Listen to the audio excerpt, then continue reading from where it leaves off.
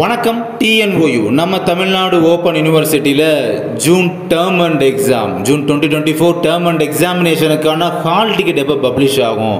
இதுவரை பார்த்தீங்கன்னா அஃபிஷியலாக 29ஆம் தேதி பப்ளிஷ் ஆகும் சொல்லியிருந்தாங்க. நம்மளும் பார்த்தீங்கன்னா ஒரு மதியம் போல் சொல்லியிருந்தோம், இன்னும் சில மணி நேரங்களில் பப்ளிஷ் ஆகிடும். ரீசன் பார்த்தீங்கன்னா அஃபிஷியலாக இன்ஃபார்ம் பண்ணியிருக்காங்க நம்ம யூனிவர்சிட்டி சைட்லேருந்து அப்படின்னு சொல்லியிருந்தோம். பட் ஆனால் ஹால் டிக்கெட் அப்படின்றது இப்போ வர ஸ்டில்லும் பப்ளிஷ் ஆகலை.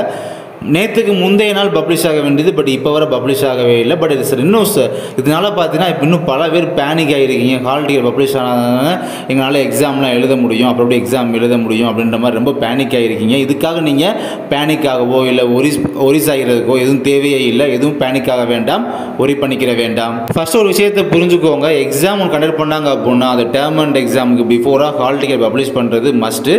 கண்டிப்பாக பண்ணுவாங்க, எந்த எக்ஸாம் சென்டர் எல்லாம் மென்ஷன் பண்ணி பண்ணுவாங்க. இப்போ எக்ஸாம் ஸ்டார்ட் ஆகுது அப்படின்னா அதுக்கு ஒரு முன்னால் ஒரு 1 or 2 days பிஃபோராக கூட ஹால் டிக்கெட் பப்ளிஷ் பண்ணலாம். அதனால் கொஞ்சம் வெயிட் பண்ணுங்கள்.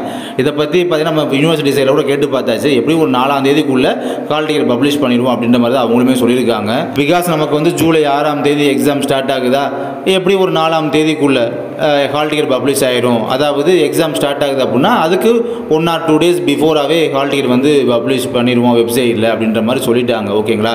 அதனால் இன்னும் ஹால் டிக்கெட் வரலையே, 29 அன்னைக்கு சொன்னாங்களே தேதி, இப்போ ஜூலை 1ஆம் தேதி ஆச்சு அப்படின்ற மாதிரி எதுவும் ஹால் டிக்கெட் வராமல் போயிடுமோ, எக்ஸாம் நடக்காமல் போயிடுமோ அப்படின்ற மாதிரிலாம் எந்த ஒரு பேனிக்குமே நீங்கள் ஆக தேவையில்லை.